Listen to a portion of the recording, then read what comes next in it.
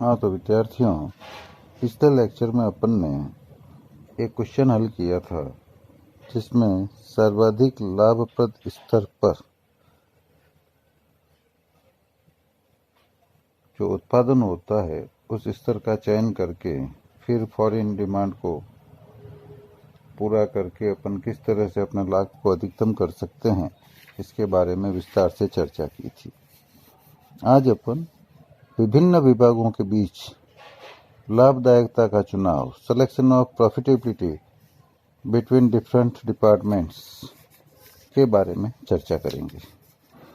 जब किसी संस्था में विभिन्न विभागों द्वारा उत्पादन किया जाता है तो उसमें सर्वाधिक लाभप्रद विभाग को चालू रखा जाता है और जो हानिप्रद विभाग है उसे बंद कर दिया जाता है।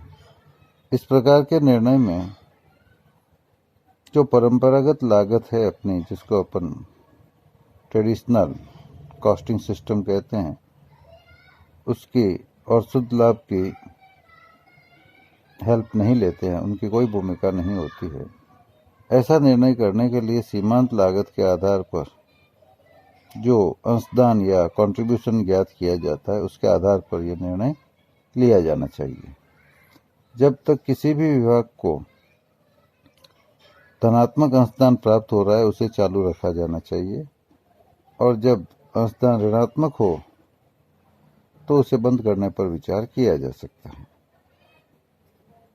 इस प्रकार के निर्णय में केवल सीमांत लागत, जिसको अपन परिवर्तनशील लागत भी कहते हैं, उसको ही ध्यान में रखा जाता है और स्थिर लागत का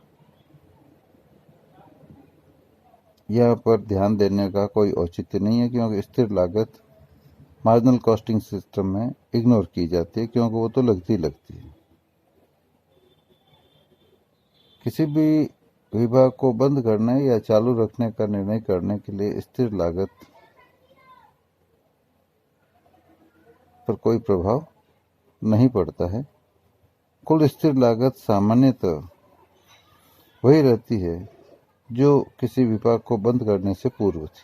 इसलिए स्थिर लागत को किसी आधार पर अनुभाजित कर उसे विभाग से संबंधित नहीं किया जा सकता है।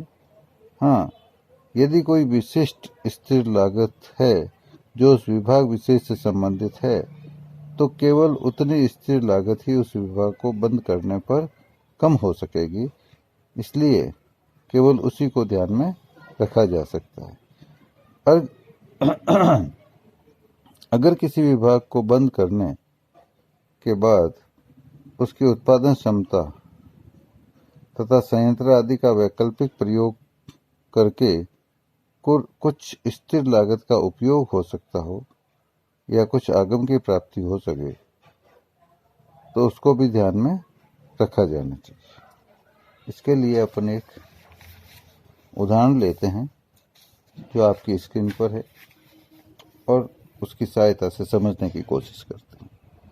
एक विभागीय स्टोर जिसके 4 विभाग हैं, उनसे संबंधित लेखा पुस्तकों से निम्नलिखित आंकड़े प्राप्त हुए हैं। Department A, B, C, D और टोटल का कॉलम दिया है, सेल्स दी हुई है, फिर मार्जिनल कॉस्ट दी हुई है, फिर फिक्स कॉस्ट दी हुई है जो विभागों में बांट दी गई है, और फिर टोटल कॉस्ट दी हुई है, और अंत में प्रॉफिट और लॉस। तो जैसा कि ए में 5000 सेल है, मार्जिनल कॉस्ट 5500 है, फिक्स कॉस्ट 5000, टोटल कॉस्ट 6000 करती है, 5000 सेल्स है तो 1000 का लॉस दिखा दिया है। इसी तरह बी में 8000 की सेल है, 6000 की मार्जिनल कॉस्ट है, 4000 की फिक्स कॉस्ट है, टोटल 10000 की कॉस्ट है, और चूंकि सेल्स 8000 है 2000 का लॉस दिखाया। सी में सेल्स है 6000, मार्जिनल कॉस्ट है 2000, फिक्स कॉस्ट है 1000, टोटल कॉस्ट है 3000। तो सेल्स 6000 है, टोटल कॉस्ट 3000 है, 3000 का प्रॉफिट आ गया।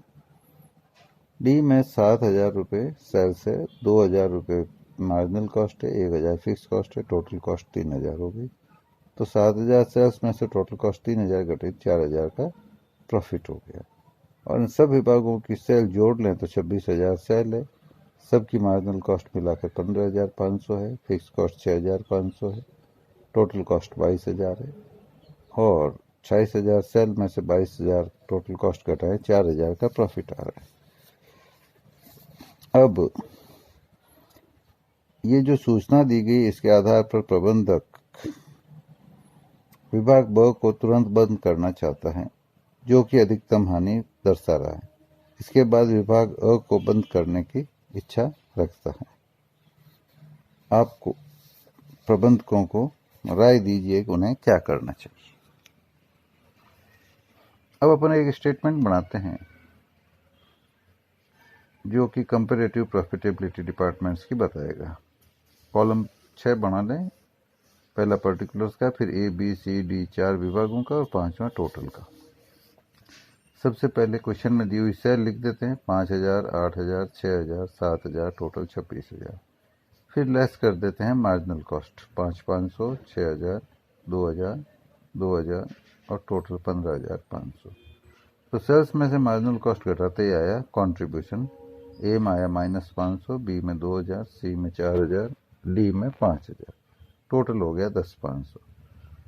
फिक्स कॉस्ट फिर घटा ली, क्योंकि वो इंडिविजुअल डिपार्टमेंट की कोई सूचना नहीं है, वो उसकी है, ये तो बांटा हुआ है, तो इसलिए ये टोटल में से घटेगी 6,500, प्रॉफिट आ गया 4,000। अब अपना डिसीजन की बात आती है। इस विवरण से एक चीज तो स्पष्ट हो गई कि अ विभाग का अंशदान ऋणात्मक है और ये भी लग रहा है कि इसको तुरंत प्रभाव से बंद कर देना चाहिए। जबकि ऊपर जो क्वेश्चन दिया था उसमें ब विभाग की बात थी, जबकि ब विभाग का अंशदान तो 2,000 रुपये आ रहा है और उसे यदि बंद कर दिया तो 2,000 रुपये का और घाटा हो जाएगा। इसलिए ब विभाग को बंद नहीं करना है। स्थिर लागतों का अनुभाजन विभाग अनुसार करने से ही भ्रामक परिणाम आते हैं, जैसा कि प्रश्न में ऊपर मैंने अभी बताया किया हुआ है। इसलिए किसी विभाग से संबंधित विशिष्ट स्थिर लागत हो जो प्रश्न में स्पष्ट दी हुई हो तो उसे विभागीय अंशदान में से घटाया जाना चाहिए, परंतु सामान्य स्थिर ऊपरी व्ययों को कुल लाभ में से ही घटाया जाना चाहिए। इसके बाद अपन डिस्कस करेंगे विभिन्न उत्पादनों में से सर्वाधिक लाभप्रद उत्पादन का चुनाव करना, या जिसको कहते हैं उत्पादन क्षमता का वैकल्पिक प्रयोग।